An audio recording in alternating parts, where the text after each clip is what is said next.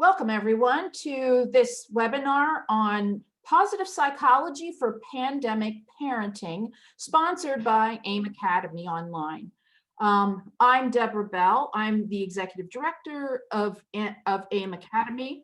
And joining me today is Bonnie Gonzalez, a licensed counselor who offers a number of courses built around the notion of positive psychology for us at AIM Academy.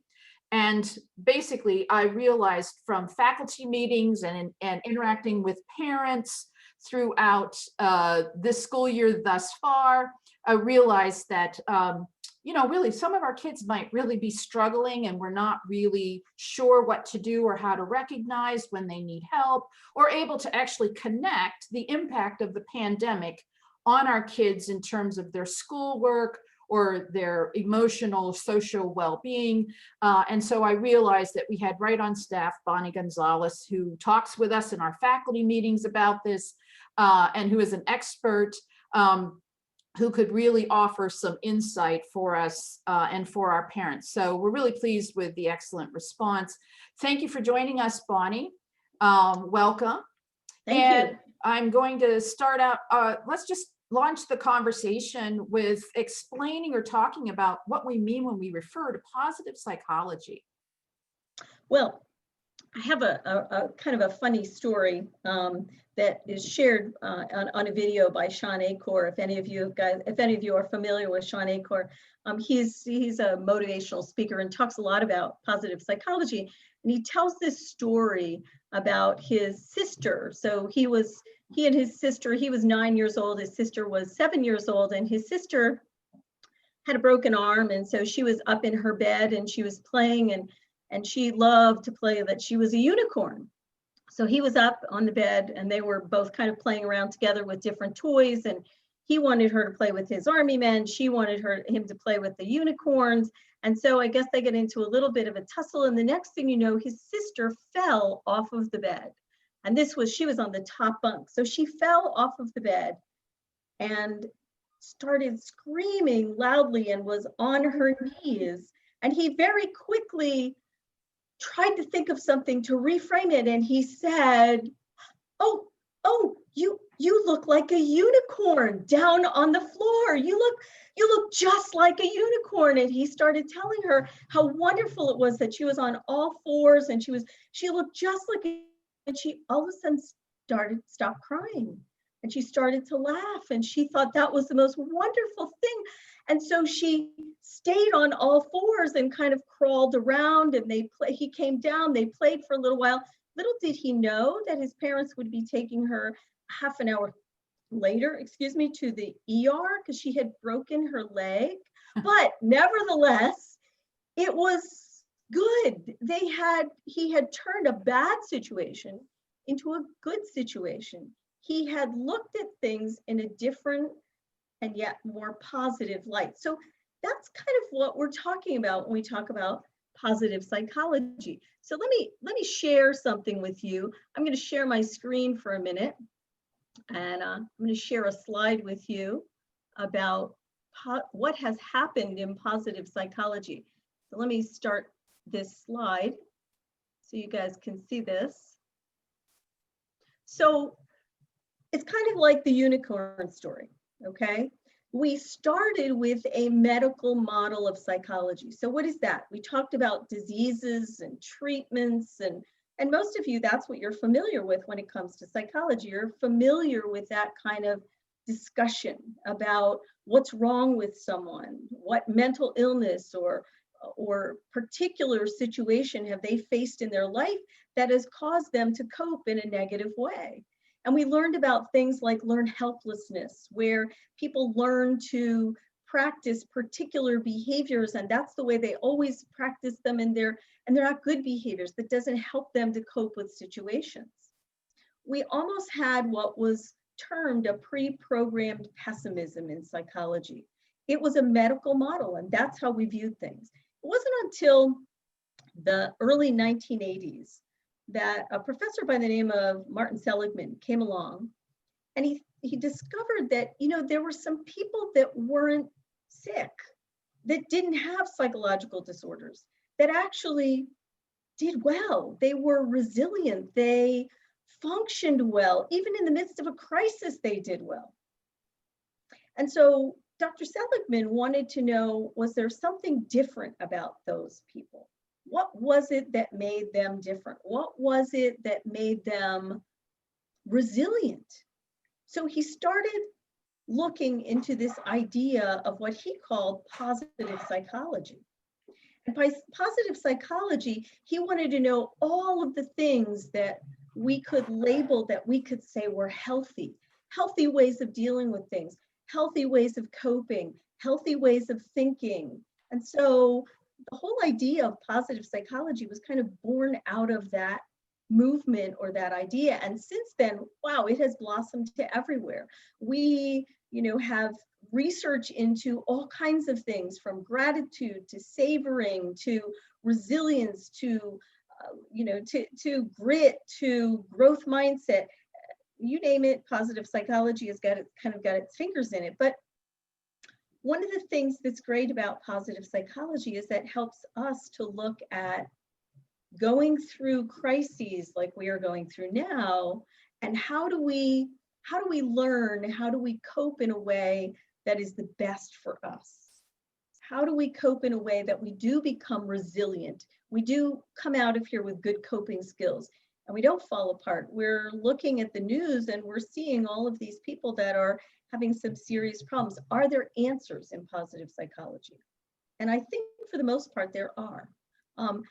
By the way, this is an interesting aside. There's a wonderful, quick kind of 6-week class that was offered at Yale University. The professor that did it her name is Laurie Santos.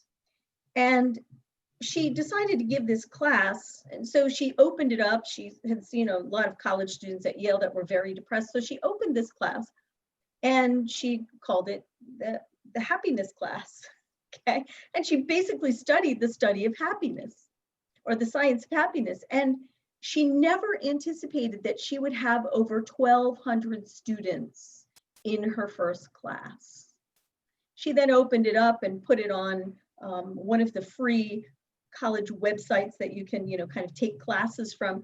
And it has been taken by thousands and thousands of people. Seems as though we're kind of starved to find out about how to really work things out in a positive way. So I hope that answers your question, Deb. Yeah, thank you very much. Do you want to stop sharing, or do you have another? No, not right now. Yeah, I'll stop sharing for now. Yeah, so I think that this is really an important concept that has revolutionized my life as well. Bonnie, I went back to school after completing homeschooling my own 4 kids, as you know, and I went to Temple near you, and I got a PhD in educational psychology, and positive psychology has a lot to offer to educational psychology, my domain, which is the study of how kids learn best.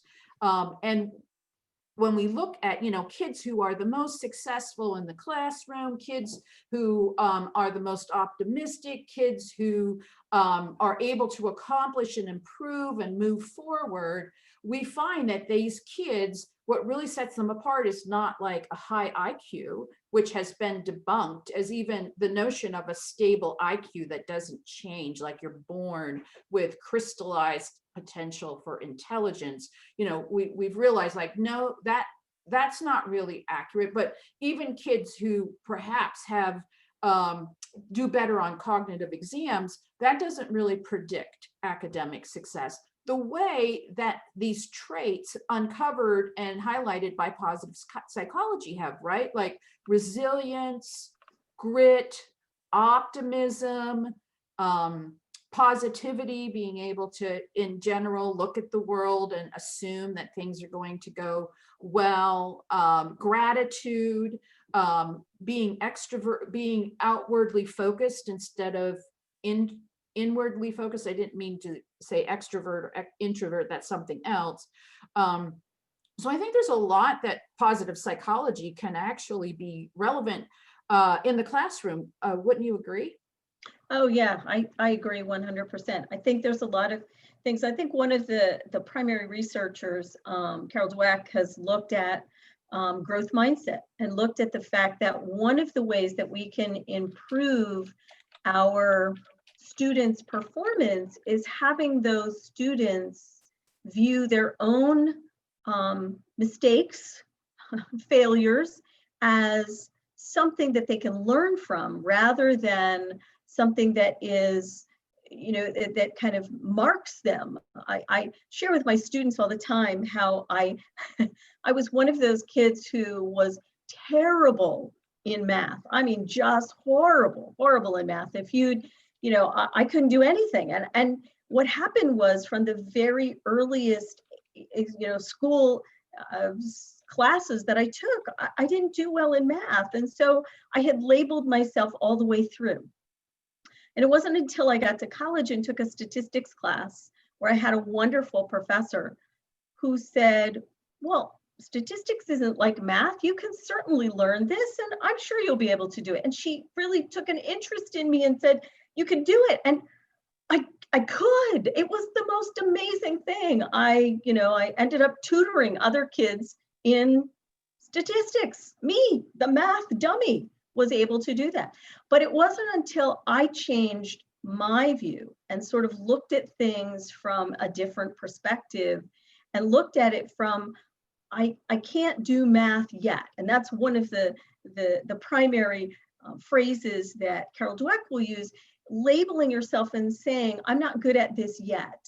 But if I put more effort into it, and if I see myself as somebody who just hasn't gotten there yet, and that my failures are not failures, they're just attempts at learning, and maybe I need to include other people in those attempts to help me get it right. Mm-hmm. I think that's one of the primary concepts in positive psych that we've used, plus the whole idea of grit. So what is grit? Grit is kind of sticking to it. It's not giving up. It's having a vision for some long-term goals, but then being able to see the way to get there and following through on that. So I think there's a lot of things that are applicable to education, a lot. And also in terms of just educating ourselves, not academically, but also educating our kids and ourselves when it comes to kind of growing up things or knowing how to do certain things. Things like, you know, being able to listen to a conversation and really listen, as opposed to thinking about what you're going to say next, or, you know, or working with others in a group situation, or any of those things that seem to be adult ways of dealing with things. I think those are things that sometimes our kids miss as they're going through the education system. They're missing learning those skills. In fact, one of the things that college professors are now saying is that these kids that are coming up now don't have those skills. Mm-hmm. And they need to develop those kinds of skills. And those are really good skills to teach kids, because somewhere along the line, we've left those behind. And yes, weren't you and I talking before we even started about raising an independent learner? That's been one of my themes, and I think was one of my goals in homeschooling my kids, is I realized the traditional setting actually raises dependent learners. It doesn't teach kids how to be independent. And you were mentioning, you were just at a seminar where they were talking about how these qualities of positive psychology, like grit, resilience, and optimism, are really the key to kids becoming independent. You know, it helps them to gain their autonomy. And before I turn it over to you, I wanted to mention one other thought too that I have seen in the research that I think is really exciting for parents, is that these traits can be learned. Mm-hmm. We can actually, we're not born with them, right? Mm-hmm. Teachers and parents can foster these traits in children.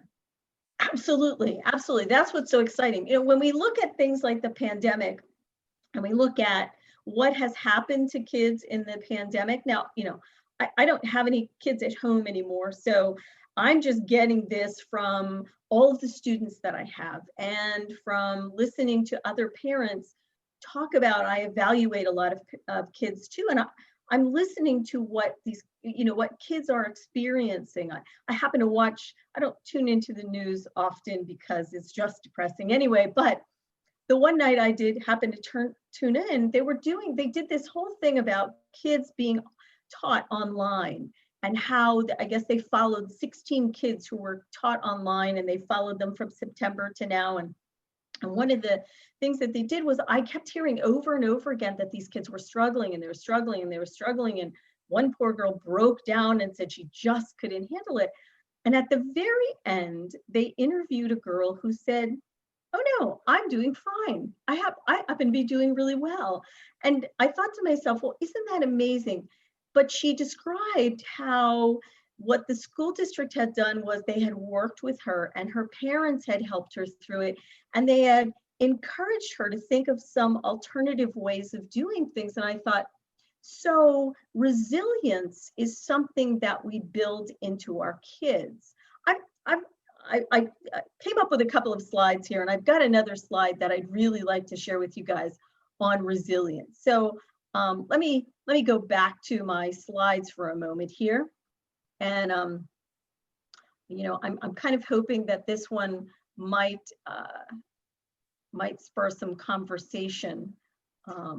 Yes, people, feel free to use the chat box. We are trying to get through a conversation in time to make sure that we have questions and comments from people. Right. So we look at resilience, building that in kids. That's one of the things that Deb was talking about. She said we can build these things in our kids. Absolutely. We can teach our kids how to have resilience. We can teach our kids gratitude. We can teach our kids savoring. We can teach our kids all of these wonderful things. So how do you teach kids resilience? One of the ways, and I tried to come up with a little bit of an acronym when I did this. I'm not quite sure how it worked. Okay, I'm not real good at those. So this was my meager attempt at coming up with tough kids. Okay, so tough is the acronym here. So talk about challenging experiences. One of the things that we see in the research is that parents who talk to their kids about challenging experiences and then talk about how do we solve those? In other words, just problem solving, talking with your kids.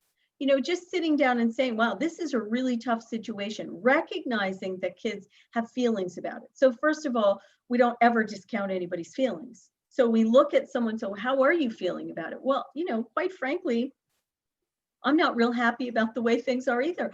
There's one desire that I have, and it's to go and sit in a Barnes and Noble bookstore and read and drink some coffee, and no one else, they're not going to be open soon. We'll have things closed again in Pennsylvania.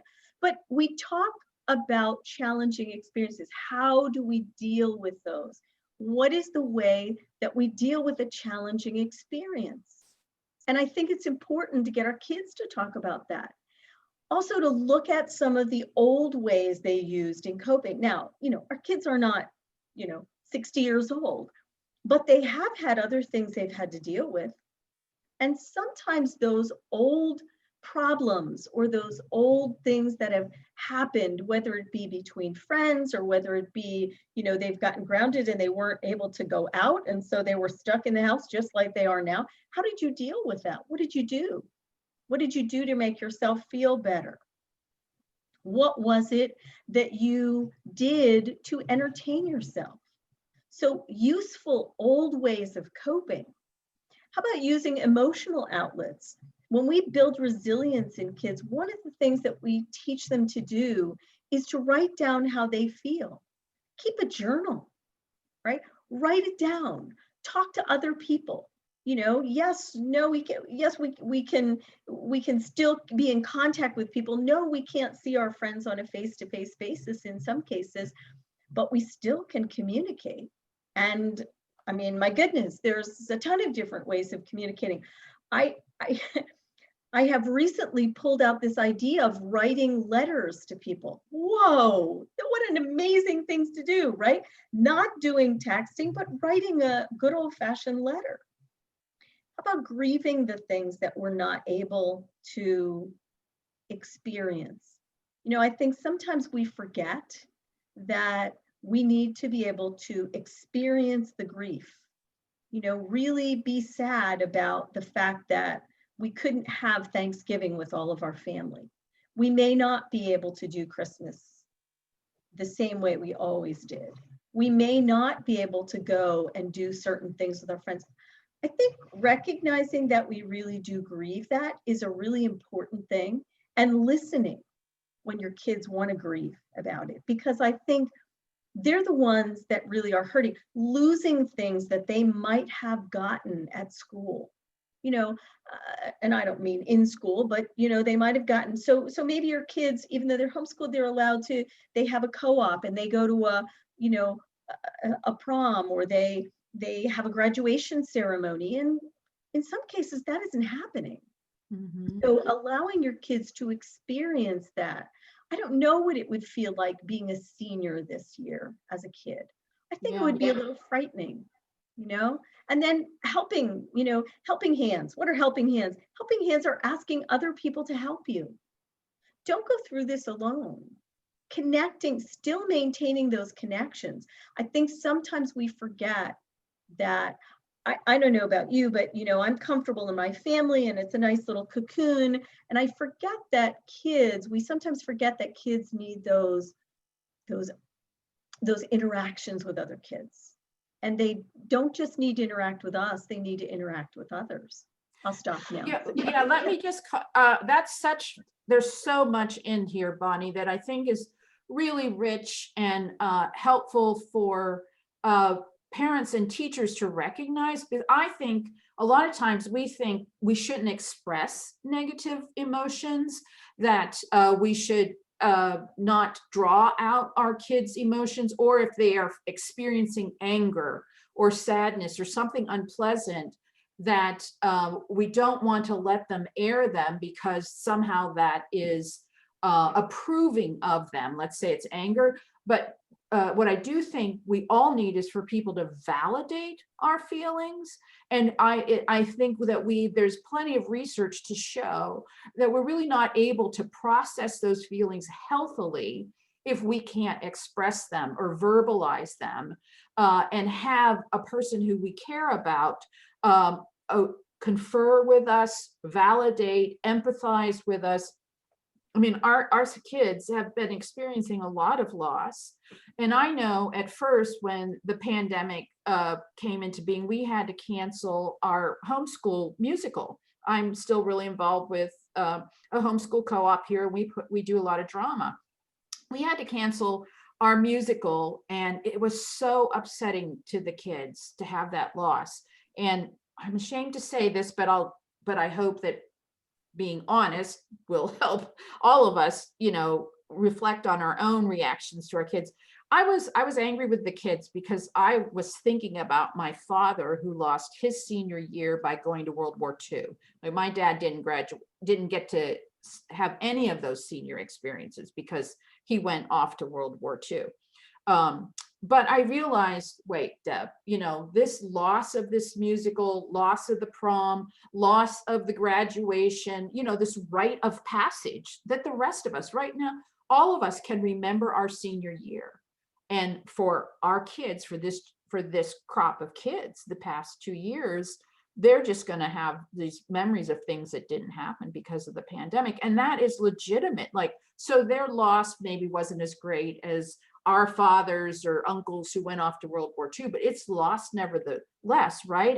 And they're going to go through the grief. There's legitimate grief that we experience, whether it's the loss of a pet, loss of a prom, or a loss of a loved one. Grief is still an emotion that we all have to process. Yeah, I agree. And I think that if we don't process it, then we end up feeling it, sometime down the road. I think one of the things that we can do when we're processing grief is to make sure that we share it with somebody, okay? So, there's oftentimes what we're grieving is maybe plans for the future. And in this case, sometimes kids even grieve this idea of they lose their identity for a period of time. I mean, our kids are so connected to others. And that's what they do, because that's what kids are supposed to.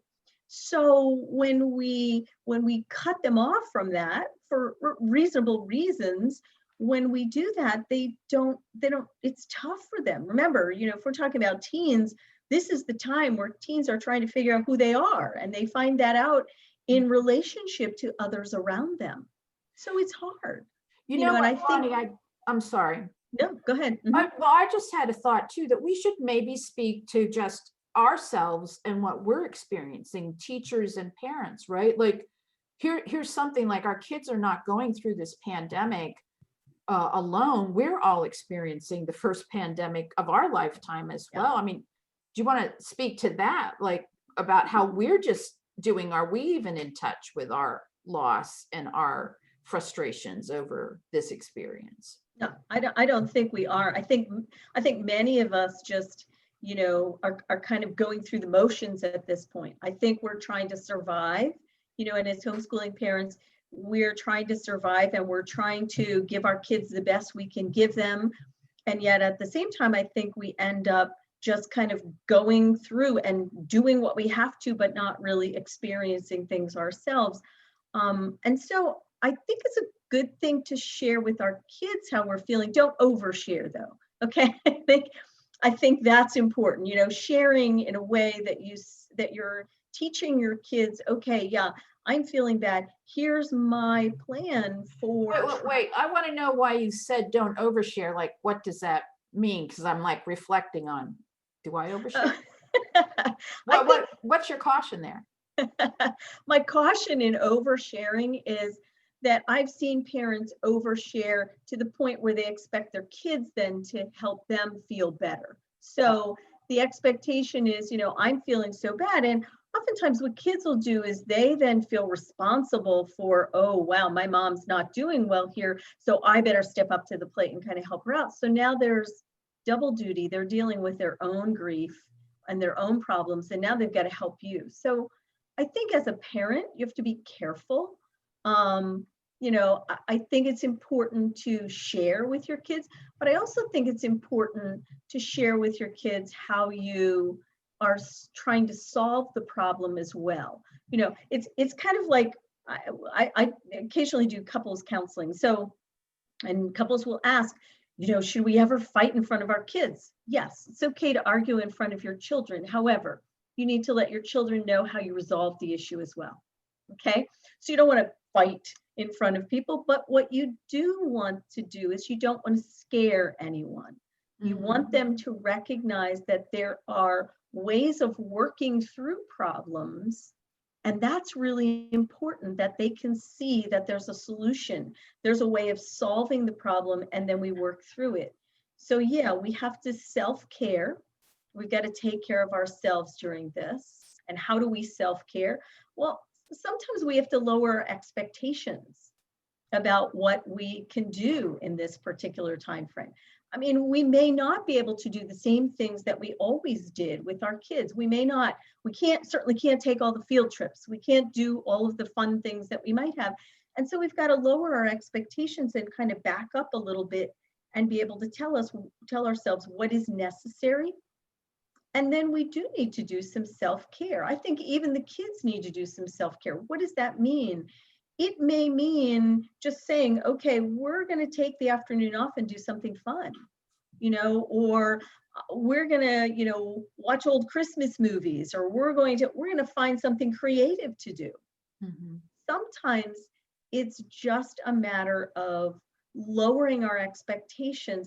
I think, Deb, you brought up this idea of your dad and going to World War II. And if we think back, those of us that are homeschooling our kids, if we think back on our parents and our grandparents, the expectations about what was going to occur were a whole lot less. And I think because of that, then when we lower our own expectations, I think it helps everyone else in the situation. So we have a great question here from one of the parents in attendance. It's like, how do we counter, I think this is so perceptive, how do we counter the cultural pressure of a victim mindset? in the midst of the pandemic. I hadn't put the two of those things together, that here we are, probably we should all acknowledge we're all in something together that I am finding even more stressful and difficult than 9/11 was in terms of interruption, right? And at the same time, on the rise in our culture is just victimhood. It's kind of hard to teach resilience and grit with that being, with those cultural forces. I think victims ruminate. Victims ruminate about how terrible things are. Victims hear that something is bad and they think about it and they think about it and they think about it. And so I think the goal of this is that, yes, we recognize the situation that we are in, and we are all victims of COVID at this point, but do we have to stay in that rumination? I think one of the things we can give ourselves is the gift of not ruminating. In other words, to consider some of the other things that we could be doing. You know, we often, when it comes to thinking about things that are negative, our brains are pre-programmed to do that, okay? We really are. We go for the negative right away because obviously we've got to figure out the solution to the problem. So if we can find something wrong in the environment, then that's great. We're going to jump on that, and our brains are going to jump on that, and they're going to just fly with that and figure out how to solve the problem. The problem is that there is no solution to this, okay? So we can't solve a problem. So it's like, you know, it's the little hamster on the wheel trying to solve something that can't be solved. And it's almost as though we have to teach ourselves to think a little bit differently and teach ourselves not to think of ourselves as victims, but rather as being in control of things. I think we have to look at what we are in control of in our lives. What things can we control? What can't we control? And okay, so if we've got certain things we can control, then let's go with those. Let's do those things that we can control. Let's practice them. Let's figure out what they are, and then let's move with them so that we don't become victims. I think there was an add-on to that question. How do we help them live with a growth mindset with very little support? I think, you know, that this whole idea of a growth mindset is something that's inside of us. And it's looking at, again, what am I able to control here? What am I able to do that's going to set a small goal for the future that I can achieve? Yeah, there aren't a lot of people that are supporting that right now, but as a parent, you can be the major supporter of that. Okay, I think that's really important, as that you can now be the major supporter of what your child is doing. So reveling in the small victories, setting goals which are realistic to achieve, not having unrealistic expectations. So I think we remove ourselves from being victims by looking at what we can do, setting smaller goals, and then looking at the positives. I think that's another thing that we are often forgetting to do. I know it's hard to look at the positives in the midst of a pandemic, isn't it? But there are some positives around that I have seen that are pretty amazing, right? Just looking, you know, I look at people who are helping others.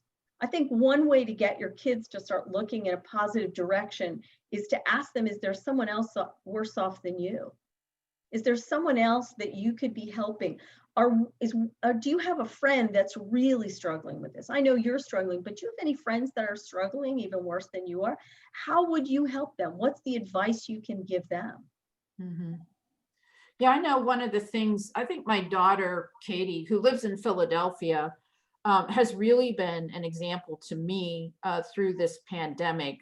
She's got 3 little kids, and Philadelphia, it's hard lockdown there. I mean, and it's very limited. And I was really just upset for my grandkids. I was upset about them having to wear a mask. they're, so young. And she's like, you know what, Mom, they don't really mind. I mean, Amelia views her mask as an accessory. And I asked them who their favorite character was, and I made them a mask. And I was just so taken aback by her approach to it, and her kids then picking up on her positivity about it.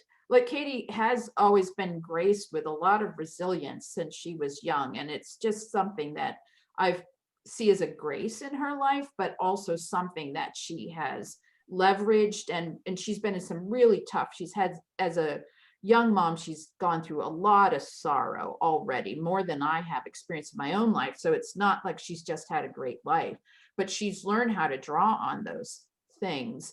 And I can't believe the clever things that she's done with her kids to kind of make the pandemic a positive memory that I think they're going to be fond of. She, in fact, we were going to talk about gratitude. She did the 30 days of gratitude, and she posted everyone on the Facebook. And it was really thrilling when she was grateful for her mom. I just found it very touching, when she would put a picture of a neighbor. And so shall we pivot into kind of gratitude and how we can kind of make that work in our favor during this experience? Absolutely, absolutely. I was laughing when you were saying that, because I have my daughter did the exact same thing. I have 2 grandkids. I have 3 grandkids, but one is a baby. So the other 2, who are 2 and 5, she had someone at church that made a comment to her and said, oh, this is so terrible that the kids have to wear masks. And my daughter said to her, she said, this is what we make out of it. This is, our kids are going to identify this, and they're going to identify it in terms of how we view it. And I thought, what a marvelous thing. So again, like Katie's, kids, my grandkids love wearing masks. In fact, my grandson, when he goes into preschool, he's like, oh, I forgot my mask. Oh my goodness. And he runs back to the car and grabs his mask and puts it on. Like, this is something, and it's an accessory, and so I think it's our attitude. I'm not sure who it was in the questions, asked about oversharing. How do you not overshare? How do you not scare your kids? One of the things that I think that has been a huge suggestion that I have given people: don't watch the news, and don't watch the news with your kids. Okay, stay away from the news if you can. It's really nothing but negative, and and not that it's not accurate, and not that we shouldn't know what's going on. I'm not suggesting that, but I think that tends to frighten people. It really is very scary when you're watching the news. The other thing is, you can share as much as you want to share, but I think sharing always has to be coupled with, how do we then go about solving this? Let's brainstorm some ways to figure out how we can solve some of these things, or how we can take some of it and turn it into a positive. So what is gratitude anyway? All right, gratitude is being grateful. All right, so why is gratitude important? One of the major reasons that gratitude is important is that, wow, it looks like I have the same thing on both sides here. That's a very interesting slide, isn't it? I just realized that. Okay, so you can read it on the right, or you can read it on the left, whichever side you're happier with. All right, but it helps us to focus on. I love your optimism, Bonnie. Yes. That was real grit pressing through. Okay, everybody, that's an example of how Bonnie deals with her failures, right? You laugh. Good for you. It really was. I was putting this together and I'm like, wow, that looks exactly the same. And of course, I didn't recognize it until now, but oh well, that's the way it goes. If you can't laugh at yourself, well, then, that's just, we just need to be that way. So we focus on the present, okay? Focusing on the present is so amazing. Now, I will actually use the word that, everyone kind of gets frightened when we use this word called mindfulness. It sort of conjures up this whole idea of somebody there sitting there doing yoga, or, mindfully meditating. That's not what I'm talking about. I mean, it can be, if that's something you enjoy doing, that's fine. But I think people get frightened of mindfulness because they think we're doing something that, is teaching something, changing your brain or whatever. No, all I'm talking about is focusing on the present, appreciating the value of something. Gratitude is something that we can do that's simple. It really allows us to be a spectator about what's going on. And we recognize that there's something greater than ourselves. That's one of the big things in gratitude. We recognize there's something greater than us. So maybe there's been something wonderful that's happened. Well, it's not always you that's creating that. Maybe it's just something we have. It snowed here today. I don't know if it did where you guys are, but I'm looking outside and I have this gorgeous old tree, this pine tree, a hemlock tree that every time it snows, the branches kind of hang down, but it's absolutely beautiful. And so that's kind of, I'm appreciating the value. I'm looking at this in the present, and I'm allowed to be a spectator of that. What a marvelous thing to be able to do. So how do we practice gratitude? All right, I love this. Happiness isn't about getting what you want all the time. It's about loving what you have and being grateful for it.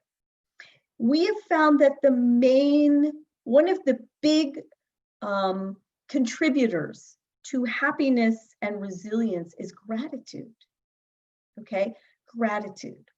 So when we practice gratitude, one is we can keep a gratitude journal. Deb mentioned something about doing the 30-day gratitude thing. That's wonderful.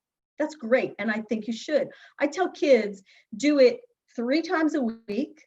Okay. And before you go to bed, come up with 3 things that you were grateful for that day. 3 times a week, 3 things that you were grateful for, and write them down. Okay. There's also this interesting way of practicing gratitude, and that is remembering the bad. What does that mean? Well, this is a good one. So if you're in in a situation, think back on when things were worse. Okay. Maybe there are times, and it's hard to think about that during the pandemic, but think back when things were worse. Okay. Was there a time where you can think of something that was worse that happened to you? And then compare it to the now. When we do that, oftentimes what we do is we appreciate the now. All right. A year from now, we're going to be looking back at maybe we should do this the opposite way. Maybe we should project ourselves into the future. A year from now, we're going to be looking back and going, whoa, you remember COVID? Remember what that was like? And we'll pull out our old masks and we'll all be laughing. So we can remember the bad. We can look at that and then appreciate, the good things that are going on now. Is there anything good? Yeah, there is. Coming to your senses. What's that? Using your senses to experience things around you. There's a marvelous concept called savoring. And savoring is just enjoying whatever you're doing now. And pay attention. What does it smell like? What does it feel like? What does it look like? Using gratitude language. I am thankful for. I enjoy. Right? That's gratitude language. And if you don't feel like it, just try it anyway. Okay. Sometimes we have to go through the motions and do things before we actually feel it. And the last one is just being creative. I encourage kids in my happiness and well-being class to draw me a picture of something that made you happy. Draw me a picture, create something. We were made to be creative. So create something that's going to make you remember something you're grateful for. Okay, I will stop now. Yeah, I would love to hear from folks here today, like some of the positive things that they have experienced in the past few months. If you wouldn't mind sharing in the chat with us all. I know that many of you have had real suffering. I know that among our AIM Academy families that there have been people who have lost loved ones during the pandemic. I know that you've had loved ones pass on who you were not able to be with. I know many people have lost their jobs. We're not minimizing in any way that the pandemic has brought real loss and real suffering into many of our lives. But I do think that is the benefit of positive psychology and what the research shows. It is a way to move forward, right? I mean, we have your parents, everybody in the room today is a parent, and you're not done parenting yet. Your kids need you. And so I love that gratitude will make us feel better, that these positive traits are actually how we overcome and carry on from real loss and suffering, and use it in a way to strengthen us and to make us of value to our kids, right? Our kids, this may be for many of us who are adults, the pandemic may end up being the most dramatic and tragic experience of our lives, but it might not be for our children. They're young, and this might be, like September 11th was for many of us, something that becomes a distant memory, and they may, I can promise you they're going to face adversity in the future, and so will all of us. We are going to face adversity. So, right, Bonnie, there's benefit in the pandemic. We can work on ourselves and our response to adversity, and we can develop grit, right? We can learn. It's not just children who can learn these virtues. I mean, I myself, I didn't realize how it was affecting me. And that's another thing too, is I think we have to recognize that we're all being affected, and we may be losing sight of how the pandemic is affecting us. I think sometimes we can find some meaning in, and that's another good concept to be able to be looking at, finding meaning and purpose in what's going on with this. I loved Leslie. That's a great comment. Her son went to summer camp, and they encouraged them, saying a crisis is a terrible thing to waste. It really is. I have, a lot of times it takes a crisis to get someone to get help, but generally in that crisis is the time frame that person is more likely to change or do something different. We find meaning in our crises, and during that time of being in that crisis, when we discover what it kind of means to us, sometimes we make some huge changes in our life, and they're for the best. So it's not, it is sad and it is awful. And I know many of you have suffered very horrible things in the face of this. And yet I see that most of you are looking at it in some sort of resilient way. You're looking at it and saying, okay, there are things that maybe I can gain from this, some meaning that I can gain from this, or some way of looking at myself differently. Heather mentioned something about, it's different. I'm now unrushed. My husband and I just talked about how Christmas is different this year, but both of us said there's something more peaceful about it, that we're not feeling rushed and hurried and hurry up and we've got this thing to go to and that thing to go to. There's differences. So, but for those of you that are grieving, my heart goes out to you. And I feel like, this is a time maybe to give your kids the opportunity to learn how to deal with that grief and to learn how to deal with these negative emotions that they're feeling, because they're very real. And you know what? They're not the last time you're going to feel them. So I think we teach our kids, how do we deal with those things? My family was the kind of family that somebody died, you went to the funeral. It doesn't matter how young you were. You learned how to deal with those kinds of things. And I think that was beneficial. I really do. I think it was an example of how to deal with things. So, yeah. Yeah, I think I want to add, Melanie has just shared the benefit of having her daughter read Grit, but she says at the end, it's still so hard to be isolated as teens. Mhm, I think one of the things that's important for us to realize is like, we were not built to live this way. The mhm, way that we are having to live right now is counter to how we are designed as human beings. We are social animals, and the social isolation is adverse conditions that we are dealing with. So there's no way to try to normalize this and do this in a, I think we should lower expectations of ourselves and our children in this situation. We really can't thrive. It's like trying to grow fruit and vegetables in a substandard soil.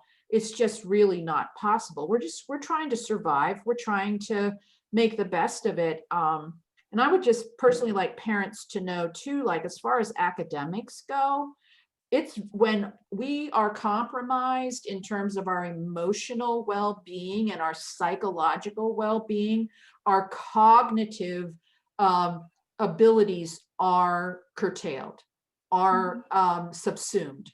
And I think that's what some of our teachers we've been talking about, is setting realistic expectations for the kids, because we realize that none of our students are going to thrive academically under these circumstances, that we need to try to figure out how to allow them to be creative, allow them to share, have some kind of social experience, even though I think online has been great, but it's a substitute. Would you agree, Bonnie? I mean, I don't know if there's any research. To me, when I am out with real people and in not virtually, I feel so much better after mhm. I come home. And my kids and I, we did make a social contract, and it is really great when we can get together to see each other. And we've done it every so often when we realize like we just can't be in isolation anymore. Yeah, we are social beings. That's the way we're designed to be. And so I think that, this is really tough. And I agree. It is very difficult to be in this situation. And we do feel much better when we're among people. In fact, there was a study that was done with people on Zoom, and how some people are like super, they get really feeling very uncomfortable on Zoom because normally when you're out in a social situation, there's a little bit of social distance. Well, you're on Zoom and you're looking up someone's nose, I mean, that's really kind of the view you're at, and it's horrible. And they studied introverts, and they said, whoa, introverts were like, please let me turn my camera off because I'm so uncomfortable in this position. And so those of us that are extroverts, we're okay with that. We don't have personal space anyway, but it's hard. And so this stuff, this on the video is and virtual is not the way it's supposed to be. So again, you're right. But I think making a social contract with people, having someone that you can get together with, is a really important thing, and then taking advantage of it as often as you can. Even just going to the grocery store or the store with a mask on is an okay thing to do. Or talking over the fence to your neighbor, just some sort of social contact, I think is important. I'm gonna cut this off though, because I want to answer a question that Lisa asked. What are the warning signs that a child should speak to a professional? Okay, so bottom line, warning line for me, warning signals for me are if that child is really isolating an awful lot, and not getting involved and not wanting to get involved at all, and really isolating to the point that you're not able to kind of, get them to talk to you. That's something I would be concerned about. Obviously, if there's any kinds of thoughts or feelings about suicide, then, that again is one of those things that needs to be addressed immediately, and I would seek out a professional. If your child spends time, crying an awful lot, not eating, if habits have changed, and I mean really changed to a significant degree, then I think that's the time to address it. And if your child says, I'm really struggling with this, there's nothing wrong with seeking the help of a professional, even if it's just to go into and talk to somebody else for a couple of sessions. I think that's a beneficial thing to do. You know, it's not going to harm them. It's not going to hurt you. You know, they may need to have some kind of conversation with someone else about where they're at this point. But during this time, I would take, you know, all of those things very seriously. So I think that it's really important to be in communication with your kids. I know that's sometimes hard as a homeschool parent because you're there all the time. But I think if you set academics aside for now, and I think that, you know, you might have to a little bit, and really sit down and talk to your kid. And if they're struggling, then my suggestion is that you do, you know, seek some professional help, because I really do think that's an important thing. Not because that's my job, right? Just because I've seen too many kids, you know, get ignored for too long, and then, you know, then parents go, well, I didn't know they were struggling. You need to really have a good conversation with them, and if it's not, if you've got family members that are feeling that way too, other family members, husbands, wives, you know, sit down and talk about where you're coming from, okay, where everyone is. Mm-hmm. Can I add to that? Here at AIM Academy, like the faculty, the administration, myself, like we want to know what's going on in your lives. Part of the reason for the webinar, actually I'd asked Bonnie to do, we were going to launch in January, and I just felt like, oh, we need to do this now. We need to talk about the pandemic.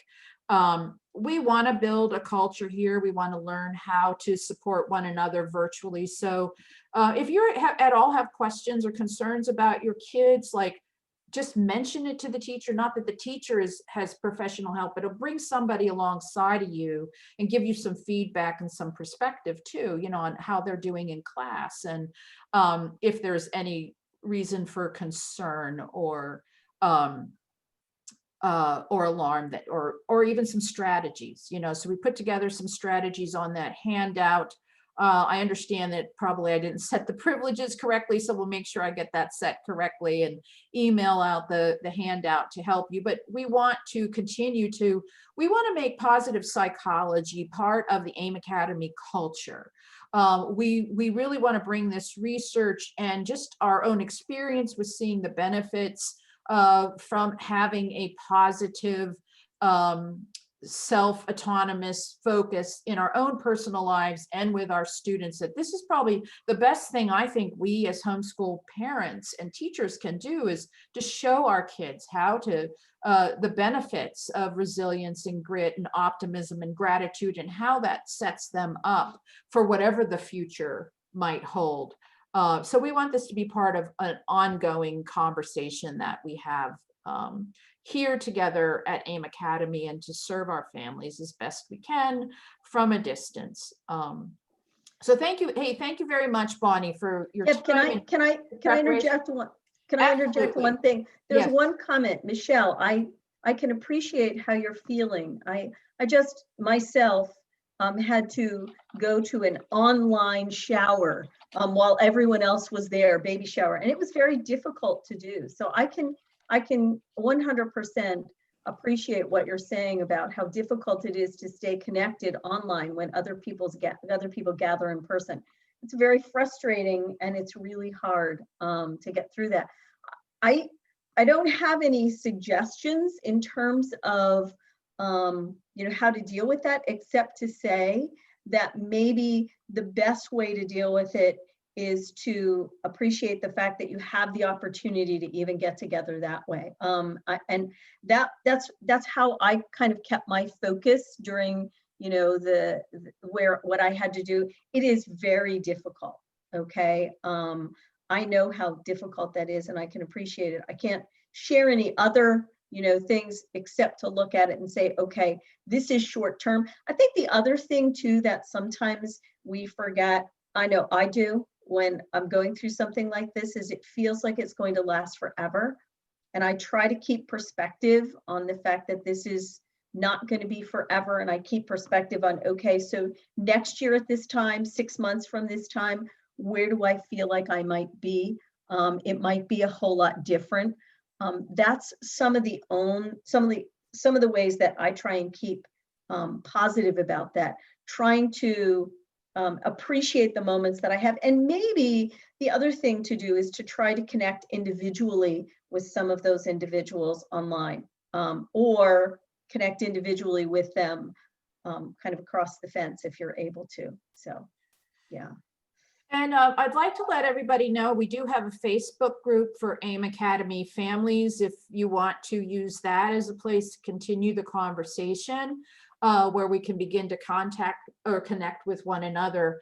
So much we could continue to talk about and elaborate on, and we would love to hear your experiences and your insights as well. So all I can let you know, though, is it is our intention to provide webinars or opportunities for our families to get together and talk with our faculty and share our experiences and expertise and insights. So thank you, everyone, so much for your attendance and the warmest affections and optimism for your holiday season. May you really find a way to experience joy and optimism and be able to find things that you can be grateful for, and really may your family continue to be safe and healthy, and may we all be able to not waste the pandemic in terms of our own personal growth and resilience. So thank you very much. Thank you so much.